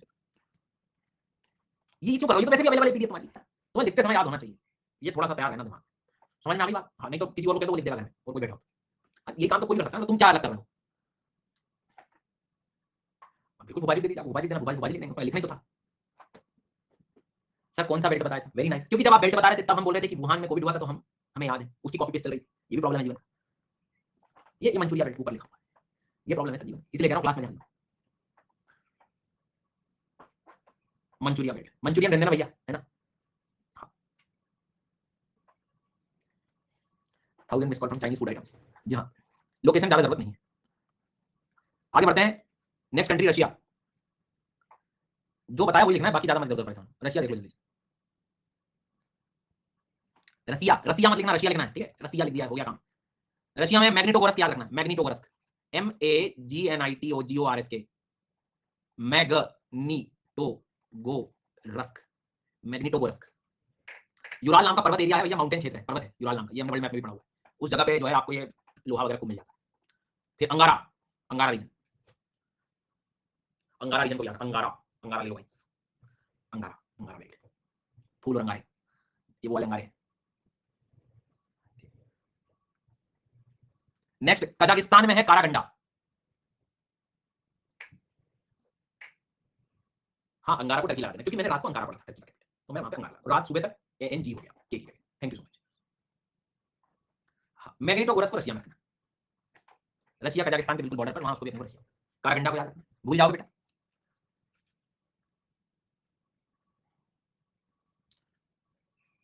पर मुझे कैसे पता लगेगा कि तुम्हें याद हो गया? ये चाइना है, ये रशिया है, ये कजाकिस्तान। और डी, सोने दो, सोने दो, मन नहीं कर रहा। ई, सो जा, जब मन करे तब फिर सो जाना। चलो, सो लेट्स स्टार्ट। कारागंडा नाम हमने कहां पढ़ा था? कारागंडा,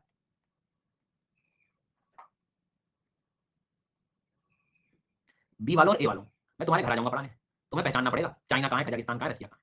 फिर से बताओ, कारागंडा कहां है? पोल नहीं आया, दोबारा आ जाएगा, पोल दोबारा आ जाओ।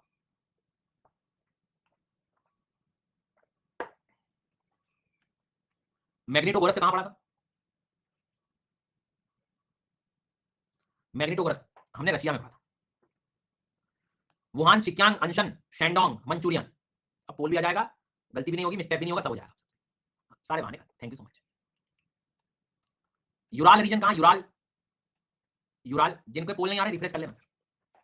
यूराल बेल्ट जो है, बहुत बढ़िया, शाबाश। फिर से बताओ, मैग्नीटोगोरस कहां लगाओगे? मैग्नीटोगोरस, रुक जाओ सर, कॉपी में चेक कर लेता हूं यार, एक ही बार देख के कर लो, मतलब ठीक से अच्छे से याद। सी लगा रहा है फिर अभी भी, जो है तुम्हारी आंखों के सामने अंधेरा नहीं हुआ ये लगाने से पहले? मैग्नीटोगोरस, जी हाँ। कारागंडा कहां है? कारागंडा नाम कहां पढ़ा है? कारागंडा लोहे का जो क्षेत्र है वो कहां पर डिस्कस किया है? जी सर, कहां हमने जो है वो डिस्कस किया है? कारागंडा फिर से बताएंगे, आप करते रहो गलत, मैं वही पूछता रहूंगा जब तक याद नहीं होगा। लास्ट दो question, Shandong, Manchuria, Wuhan, Xinjiang, Wuhan, Xinjiang. बहुत बढ़िया, आगे बढ़े, थोड़े से नाम समझ गए, आ गए। चलो, अफ्रीका कॉन्टिनेंट बना लो, next heading Africa. Sir I think it's lagging to some student, कोई बात नहीं, मैं रिफ्रेश करके चेक कर लेता हूं। चलो आगे बढ़े। अफ्रीका में सबसे पहले साउथ अफ्रीका कंट्री लिख सकते हैं आप, ये जो कंट्री है साउथ अफ्रीका है, इसे हम साउथ अफ्रीका कहते हैं। और इस साउथ अफ्रीका में, इस साउथ अफ्रीका में आपको जो लिखना है वो लिखना है ट्रांसवाल रीजन। अच्छे से याद कर लेना, तुम्हें लोहे कोयले दोनों में काम आ जाएगा। ट्रांसवाल रीजन, ट्रांसवाल रीजन, अच्छे से पढ़ना है, ट्रांसवाल रीजन, ठीक है। नेक्स्ट वन, लिबेरिया कंट्री ऐसी है जहां पे लोहा मिल जाता है, आयरन ओर। चाइना इसलिए लिखा क्योंकि चाइना को देता ही है, उसके पास है लेकिन अच्छी क्वालिटी का नहीं, तो ये इधर उधर से मांग रहे हैं। ओह ये बात है, हाँ यही बात है। ट्रांसवाल रीजन, चाइना को याद रखना भूलना नहीं। और जो टिक गए हैं दीवार से, आराम वाले मोड में आ गए हैं, अब कूद कूद के याद करें। Transvaal region is in South Africa, जी हाँ। लिबेरिया को याद रखना है, वर्ल्ड में, अरे देखो हर जगह काम आएगा तुम्हें, यूं ही नहीं मैं बोल रहा था तुम्हें कि वर्ल्ड मैप पढ़ लो। ऑस्ट्रेलिया हेडिंग बना लेंगे बिना कोई देरी। सर एक मिनट प्लीज, हो गया खत्म। Let's start with Australia. Australia में आपको सबसे पहले नॉर्थ में there is a place called Mount Goldsworthy. आप इमेजिन करो कि प्रीलिम्स में एक ऐसा नाम लिखा हुआ है और तुम्हारे सामने न्यूजीलैंड लिखा हुआ है, हो गया काम। लीबिया क्या था? लीबिया देश था, नहीं होगी, बिल्कुल बैक स्लाइड नहीं होगी, लापरवाही के नतीजे ये है कि आपको रिपीट नहीं होगा, ध्यान देना पड़ेगा क्लास। सो गोल्ड्सवर्दी, क्योंकि मैं बाकी बच्चों का समय नहीं खराब कर सकता। सो गोल्ड्सवर्दी जो है वो न्यूजीलैंड में मत कर देना, ऑस्ट्रेलिया में करना। जी sir, Australia. Pilbara region, Pilbara क्षेत्र ऑस्ट्रेलिया का है, कंफ्यूज हो जाएंगे इसमें कुछ और लगाएंगे, जी सर, जो कि बिल्कुल ना करें। पिलबारा रीजन, उसके बाद में जीवन में एक बात याद रखो, कूल, कूल नाम ऑस्ट्रेलिया का है। कूल गार्डी, कूलिया नोबिंग, काल बुरली, कूकू करके ये सब नाम तुम्हें ऑस्ट्रेलिया के मिलेंगे। ये तरीका है याद करने का। सो कूलिया नोबिंग जो है वो भी आपको ऑस्ट्रेलिया में मिलेगा। पुराने जो लिखे हुए हैं एक बार नजर मार लेना, क्वेश्चन पूछूंगा क्योंकि मैं। जी हाँ सर, ये एस से क्या रीजन है? सचिन है, सचिन लिखा हुआ है एस। सो कूलिया नोबिंग को जो है याद रखना, भूलना, ठीक है। स्पेलिंग चाहिए सिमरन, इसलिए कहता हूं जब स्लाइड पे पढ़ाऊं तो स्लाइड पे ध्यान दिया करो। ये ऊपर लिखा है बेटा, Koolyanobbing. Mounts Goldsworthy, Pilbara region, Koolyanobbing. Next one, Iron Knob and Iron Duke, ये साउथ ऑस्ट्रेलिया में मिलता है। Iron Knob and Iron Duke मतलब ऑस्ट्रेलिया में ये बर्थ प्लेस है आयरन एंड स्टील इंडस्ट्री, इतना पुराना area, famous area, Iron Knob Iron Duke Australia. अब जो लोग बच्चे वर्ल्ड में पढ़ चुके हैं उन्हें एहसास हो रहा होगा कि ये चीज बच्चे सर मिनरल भी पढ़ा देते वर्ल्ड में, चल रहा था तो तुम सोचो ये चीज इतनी पढ़ा देता तो सब इकट्ठा होता, हाथ में कुछ नहीं। लिबेरिया एक देश है, बस आप लिख दो। Iron Knob and Iron Duke वहीं नजदीक में ही। चलो एक बार मैं आपको बताऊंगा, उसके बाद सीधी पोलिंग कराऊंगा, ठीक है? मौके ज्यादा नहीं मिलेंगे। हाँ। कोई दिक्कत किसी को यहां तक? क्या हो गया? मैग्नेटोगोरस को बेटा आप रसिया याद है ना? हाँ, इंडस्ट्रियल सिटी है, स्टील प्रोडक्शन के लिए फेमस है, इसको अपने को रशिया के क्षेत्र में याद। सर इन लोकेशन पर तो डेजर्ट है, नहीं तुमने एकदम बहुत जनरल कर लिया चीजों। याद करो, ये यूराल रीजन याद आ रहा होगा आपको, ये याद करो मैग्नेटोगोरस याद आ रहा होगा, इधर याद करिए यहाँ पे अंगारा बेल्ट था, इधर याद हम लोग यदि करें यहाँ पे कारागंडा, फिर मंचूरिया बेल्ट, शेंडोंग, वुहान, सिक्यांग, ये नाम तो वैसे याद। अफ्रीका में ट्रांसवाल रीजन, लिबेरिया देश में भी लोहा है। इधर हम लोगों ने mounts Goldsworthy, Pilbara, Koolyanobbing, Iron Knob, Iron Duke, full form कर लो एक बार चेक। देखो भैया जल्दी जल्दी देखो, कुलिया नोबिंग, हाँ चाइना वाले लर्न नहीं हो रहे, यही तो इसकी ब्यूटी है कि इसे याद करना ही नहीं है, तुम्हें खुद ही समझ में आ जाएगा कि चाइना है। शेनयोंग, वुहान, शिक्यांग, अंशन, यो यो इतने में तो याद आ जाएगा। कारागंडा कहाँ है नहीं बताऊंगा, अपने नोट चेक करो क्या लिखवाया है। कजाकिस्तान,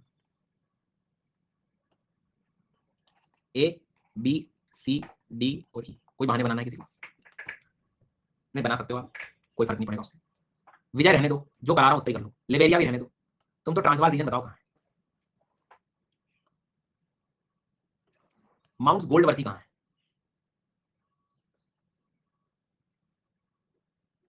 पिलवारा रीजन कहाँ है? पिलवारा,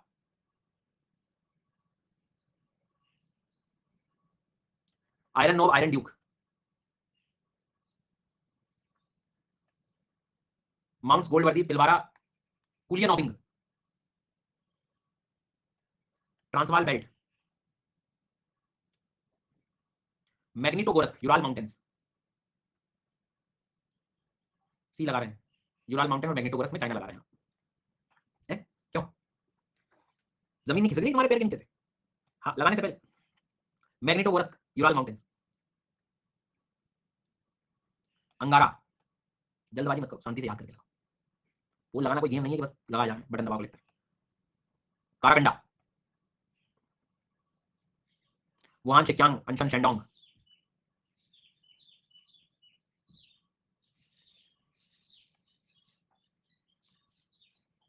मैग्नेटोगोरस, बिना कोई देरी के तारे गिने सीधे यूरोप में चलेंगे। यूरोप, यूरोप, सो इंटरेस्टिंग जगह है, शांति से पहले लिखो फिर याद करेंगे, है ना? सर जी इतने सारे, हाँ घबरा लो, पहले पहले घबरा लिया करो, बाद में पढ़ाई तो अगले साल हो जाएगी। पहले घबरा, अब जीवन में तक ये तो करते हैं, घबरा पहले लिया करो, क्लास में आते से ही पहले घबराओ, जिनको घबराहट हो रही है पहले घबरा लिया करो, पढ़ना वरना के बाद में पढ़ लेंगे। हाँ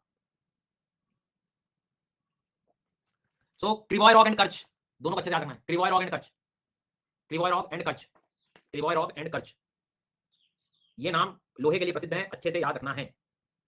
क्रिवॉय रॉक एंड कर्च। अब इसमें जो क्रिवॉय रॉक है ये तो यूक्रेन का है, दिख रहा है? यूक्रेन देश है वो। क्रिवॉय रॉक जो है वो यूक्रेन का है। कर्च जो है वो थोड़ा डिस्प्यूटेड है। डिस्प्यूटेड किसका? रशिया और यूक्रेन के बीच का, क्योंकि जो क्रीमिया वाला एरिया है वो रशिया ले चुका है, यूक्रेन कहता मेरा था। अब करें क्या? तो इसलिए लोकेशन कई बार नहीं पूछेगा वो तुमसे, बट ये जरूर पूछेगा कि ये जो जोड़ी है ये आयरन के लिए प्रसिद्ध है कोयले की, तो लोहे के लिए प्रसिद्ध है क्रिवॉय रॉक। तो कर्ज में आप डिस्प्यूटेड लिखना रशिया कॉमा यूक्रेन, और क्रिवॉय रॉक में आप यूक्रेन लिखना, ठीक है भैया? 20 जून से इंडियन जोग्राफी नहीं, इंडियन जोग्राफी भैया होगी आपकी 1 जुलाई से।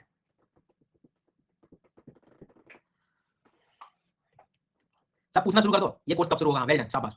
नेक्स्ट वन आगे बढ़ेंगे हम लोग। ये देखा लूप अभी समझाया था तो मैंने मन का क्लास छोड़ के बाकी चीजें यहाँ। नेक्स्ट वन क्रिवारोव कर्च अच्छे से कर लेना। ये है स्वीडन देश, कौन सा वाला देश, स्वीडन वाला देश है। तो स्वीडन लिख के आपको लिखना है किरुना दनेमोरा, बड़े गजब के नाम है किरुना, तो one of the largest mines में से गिनती होती है Kiruna. Kiruna mine is famous for iron. Dannemora, corona मत लिख देना यार, Kiruna Dannemora, Kiruna Dannemora. South Wales, South Wales, South Wales जो है वो उत्तराखंड में करना, यूके में करना, उत्तराखंड लिखा नहीं तो यूके, यूनाइटेड किंगडम। और ये भाई साहब जो रूहर लिखा है मैंने, ये एक्चुअल में लिखा है जर्मनी में, जर्मनी में रूहर है, रूहर बहुत फेमस है रूहर, खूब मिलेगा इसका question, Ruhr valley. Next one is France, France में मिलेगा आपको लॉरेन, फ्रांस में मिलेगा लॉरेन, फ्रांस में मिलेगा लॉरेन, फ्रांस में मिलेगा लॉरेन। इसके बाद में स्पेन देश है, स्पेन में मिलेगा बिल्बाओ, पिरेनीज नाम के माउंटेन है, ठीक है नहीं करना तो ठीक है, बिल्बाओ याद कर लो, लोहा। दोबारा एक बार पढ़ेंगे, पहले जोड़ी को लिखो क्रिवोयरॉव एंड कर्च, ठीक है, यूक्रेन, यूक्रेन कॉमा रशिया।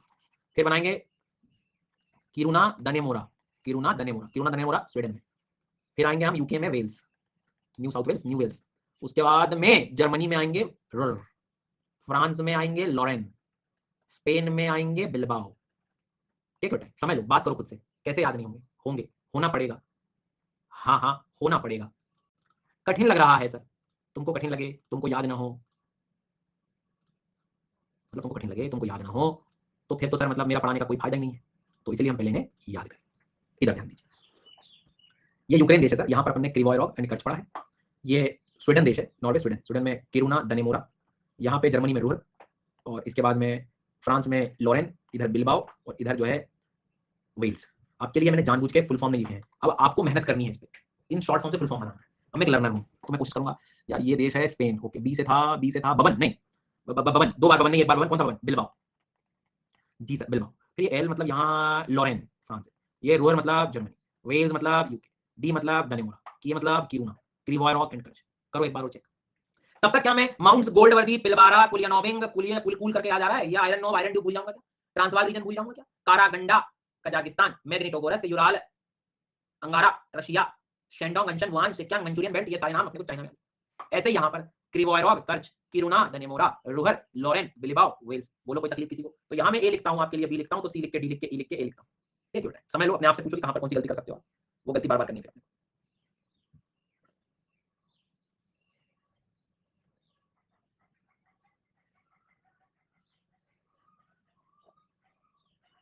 हो गया, तो किरुना दनेमोरा नाम कहाँ पड़ा है, पोल मेरे ही लग गया। किरुना दनेमोरा नाम जो है, किरुना दनेमोरा नाम जो है वो कहाँ पड़ा है, स्वीडन में। बी लगा लिखने से अच्छा स्वीडन लिखो। Krivoy Rog Kerch, Krivoy Rog Kerch, Ruhr valley, Wales, Lorraine, Lorraine, फिर से बताओ, Lorraine, Bilbao. Good afternoon sir Rahul, कल के लिए जल्दी आ गए क्या तुम, चलो यहाँ तक समझ में आ गई बात, इतनी जल्दी बताया करो, कहाँ थे भैया, तबीयत खराब थी, ध्यान ध्यान रखो यार, नींबू पानी पिया करो तुम। चलो आगे बढ़ते हैं हम लोग। मेरा गलत हो रहा है, होगा ना बेटा, बिल्कुल होगा, 100 में से 95 लोगों का ही सही हो रहा है, उनका खून भी लाल है, अब हमारा खून तो कोई नए कलर का है क्या, नहीं ना सर। तो ये सिर्फ ध्यान देने पर निर्भर करेगा, कि जब मैं ध्यान दूंगा इस बात पर निर्भर करता, तब मुझे समझ आएगा। चलो आगे बढ़ते हैं। वर्ल्ड मैप कहाँ गया, वर्ल्ड मैप को देख के थोड़ा सा आइडिया लग जाता है कि भाई साहब हम लोग कहाँ पहुंच गए। तो हम लोगों का ये हिस्सा कवर हो गया है ना, मतलब कुलिया नोबिंग, आयरन नोव, आयरन ड्यूक, पिलवारा, ये सब याद है, ट्रांसवाल रीजन याद है, या मैग्नेटोगोरस, यूराल अंगारा, कारागंडा, शेंडोंग अंशन, ये वाले सारे नाम याद है। अभी मैंने क्रिवोयरॉव कर्च बताया, रूहर बताया, किरुना दनेमोरा बताया, लॉरेन, बिल्बाओ, वेल्स बताया, ये सारी चीजें। आगे बढ़ते हैं अगले कॉन्टिनेंट में, दक्षिण अमेरिका, साउथ अमेरिका। हेडिंग बना लो, घड़ी बाद में देख लेना, साउथ अमेरिका बना लो जल्दी से।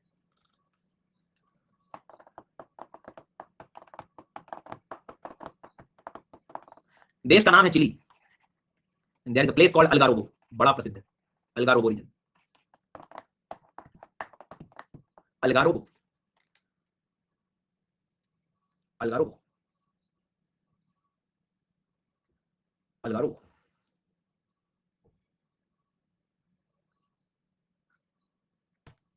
ठीक है, नेक्स्ट हेडिंग बनाएंगे ब्राजील। तुम दुनिया की सारी चीजें भूल जाना, इसको मत भूलना, कराजस को, दुनिया की सबसे लोहे की बड़ी माइंस है कराजस, राज नाम है, राज राज कर रहा है जी सर, राज हो रहा है वर्ल्ड में। कराजस ब्राजील देश है, ब्राजील। कराजस जो है वो मिलेगा तुमको ब्राजील। वर्ल्ड में टाइम करना पड़ता है। इताबिरा रीजन ब्राजीलियन हाईलैंड के क्षेत्र में है। मन करे तो पढ़ सकते हो आप, नहीं मन करे तो मत पढ़ना, बट कराजस अलग अलग पढ़ना पड़ेगा। वेनेजुएला गुयाना बहुत न्यूज में रहा इस साल, हो सकता है नाम कहीं परेशान करे। सेरो बोलीवर आप याद रख सकते हो, गुयाना के क्षेत्र में Cerro Bolivar, but not important. ज्यादातर कराजस और अलगारो को Cerro Bolivar, Cerro Bolivar, Bolivar. तो फाइनली मैं मैप बनाता हूं साउथ अमेरिका का, तो क्या मैं चिली में एक नाम लिख सकता हूं अपने हिसाब से, ब्राजील में मैं एक नाम लिख सकता हूं, तो चिली में मैं अलगा रोबो लिख सकता हूं, और इसमें इताबिरा के साथ सबसे इंपॉर्टेंट कराजस, राज कराजस ये लिख सकता हूं। लेकिन अचानक आवाज आती है कि किरुना दनेमोरा, ये नाम कहा जाएगा, किरुना और दनेमोरा। हेलो, ये भैया दीदी स्वेडन लिख रहे हैं तो मैं भी लिख देती हूं, लिख देता हूं। तुमको याद है कि नहीं, ये पहचानो पहले, कमेंट में बाद में देखना। अब सर क्या बताएं आपको, है हो जा रहा था, ठीक है सर। किरुना और दनेमोरा,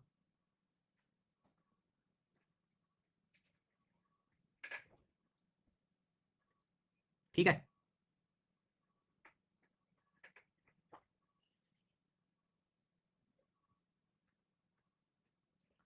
ओके सर, छुट्टी। हिम्मत चाहिए बोलने के लिए, तुमने निकाली, अब तुम तैयार हो बैन होने के लिए। जी हाँ। Next heading, North America, North America. Cerro Bolivar कहां बताए, ऐसे बच्चे चाहिए मुझे क्लास में, मेरा जन्म ऐसो के लिए हुआ है। सेर्रो बोलीवर हमें लिखना है गुयाना, साथ में वेनेजुएला, गुयाना, ठीक है, बट ज्यादा काम करेंगे। तुम्हें वो याद हो गया, अलगारो, इताबिरा, कराजस, हो गया। भैया एक नाम तुम्हें आप इसमें लिखना पड़ेगा, यूएसए, अमेरिका में। चलो अमेरिका में तुम लिखो या ना लिखो, मैसाबी लिख लेना है, मैसाबी, मैसाबी। सर अगस्त से लेकर अभी तक मेरे सामने आपने सिर्फ एक ही को ब्लॉक किया था। हाँ शायद मुझे लगता है कि पिछले 6 सालों में 3 या 4 को किया होगा, 3 को भी पता नहीं, 2 को, 2 या 3। क्या ही करूंगा मैं लोगों को ब्लॉक कर। हाँ, कौन सा जो है मेरे ब्लॉक होने से स्वभाव बदल जाएगा, है बताओ। जो है वो है, अच्छा है, सब तरक्की करें। मैसाबी रीजन लिख लें आप जल्दी से। हाँ, सुपीरियर लेक के पास। भैया दुनिया की राजधानी कहते हैं इसे iron and steel industry, Pittsburgh, Pittsburgh, सब यूएसए में लिखना है। मैसाबी रीजन, पिट्सबर्ग। ओ भाई लोहा ही लोहा, लोहा ही लोहा। ऑरेगन लिखना हो तो लिख सकते हो, दिस इज इन यूएसए, मन करे तो, और नहीं तो सिर्फ मैसाबी पिट्सबर्ग भी लिख लिया हो तो काम हो जाएगा। अलबामा, उटा, ये तो स्टेट है, मैं परेशान हूं इनमें, कल मेहनत करेंगे। अभी आपकी कॉपी में मैसाबी पिट्सबर्ग होना चाहिए। इसके बाद में कनाडा, बुल्ट, कनाडा। कनाडा में जो लेब्राडोर एरिया है, लेब्राडोर नाम का सागर पड़ा हुआ है पहले, लेब्राडोर नाम की जगह है, ये बहुत प्रसिद्ध है लोगों की। हाँ, लेब्राडोर। मिलियन ले लो guys, million, million is in Canada, 1 million. और आज की last entry, Schefferville is in Canada. Oregon USA में कैसे, वो वहां पे वो मैप ऊपर नीचे हो गया एंट्री के हिसाब से, कोलकाता नीचे आएगा। शेफरविले, सो कनाडा में क्या लेब्राडोर 1 मिलियन और शेफरविले लिखा आपने, गुड। दोबारा देखेंगे आपको, आपकी कॉपी में मैसाबी रीजन, पिट्सबर्ग और ओरेगन, ये यूएसए में लिखना था। लेब्राडोर, शेफरविले और मिलियन, 1 मिलियन, ये नाम आपको कनाडा में, ठीक है। तुम्हारे पास आधे मिनट का समय, क्योंकि मुझे इसमें याद करवाना पड़ेगा, इसमें कम से कम 15% बच्चे हैं जो टकराएंगे इधर।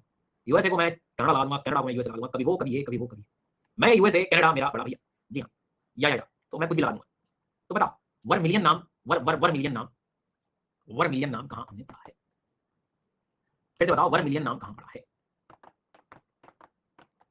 फिर से बताओ, फिर से बताओ, फिर से बताओ। शेफरविले 1 मिलियन, लेब्राडोर कहां, Schefferville 1 million, Labrador.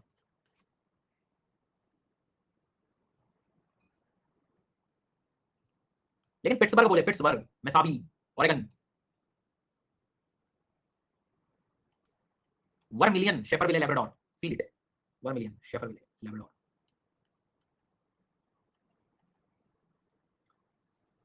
Labrador, Schefferville, 1 million. चलो फाइनल पोलिंग होने वाली, जिससे आपको पता लगेगा आपकी सच्चाई, कि आज शाम को सोने से पहले रिवीजन करते समय किन किन प्लेसेस पे ज्यादा फोकस करना है। कितना अच्छा हो गया, मुझे भी पता लग जाएगा कि तुम्हारी गलती कहां हो गई, इससे और बेहतर मौका मिलेगा। चलो शुरू करते हैं। ये है A, this is Russia, this is China, this is Kazakhstan, this is Australia, this is South Africa, this is Brazil, this is Chile, this is USA, this is Canada. और भैया इधर ध्यान देना है, ये है अपना स्पेन, ये अपना फ्रांस, ये अपना यूके, ये अपना जर्मनी, ये अपना स्वीडन, ये अपना हाँ Ukraine. It's raining outside in Jhansi. हाँ हाँ, आंसर लगाइए, वेयर इज वेल्स, वेल्स कहां पड़ा था, वेल्स, वेल्स कहाँ? Wales, Wales, good. यूके में पढ़ा, यूके में पढ़ा। Goldsworthy Koolyanobbing, Goldsworthy Koolyanobbing. Belton. अगला सवाल, कहाँ है वो, कहाँ है वो जो, वो कराजस राज, कराजस इताबिरा,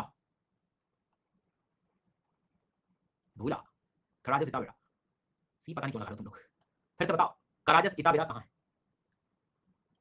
आपको आपकी गलती पता होनी चाहिए क्लास से जाने से पहले। अलगारोबो चिली में है। आपको अपनी सच्चाई पता रखनी है, नोट डाउन करते चलना है। ट्रांसवाल रीजन, और इसको भी आपने देखा कर दिया, मत परेशान होइए तैयारी में। अगला सवाल, कहाँ पर है Shandong Anshan Wuhan Sinkiang? Shandong Wuhan Anshan Sinkiang Manchuria. कहाँ पर है यूराल बेल्ट अंगारा? मैग्निटोगोरस्क, ये मैग्निटोगोरस्क कहाँ है? मैग्निटोगोरस्क। इसके बाद में आपको बताना है क्रिवॉय रॉक कच्छ कहाँ मिलेगा? Krivoy Rog and Kerch, Krivoy Rog and Kerch, this is in Ukraine, answer is E. Kiruna Dannemora, Kiruna Dannemora, उठे आए किरुना दनेमोरा, स्वीडन में है। Bilbao, Bilbao, Bilbao, so Bilbao के लिए मुझे जाना पड़ेगा स्पेन में। लॉरेन कौन बताएगा? लॉरेन, लॉरेन उठे आए, लॉरेन, लॉरेन, सो लॉरेन जो है वो है फ्रांस में। वाह। शेफरविले वर्मिलियन लेब्राडोर, शेफरविले वर्मिलियन लेब्राडोर। लेकिन जब वो कहे मेसावी पिट्सबर्ग तो क्या करोगे? मेसावी पिट्सबर्ग तो क्या करोगे?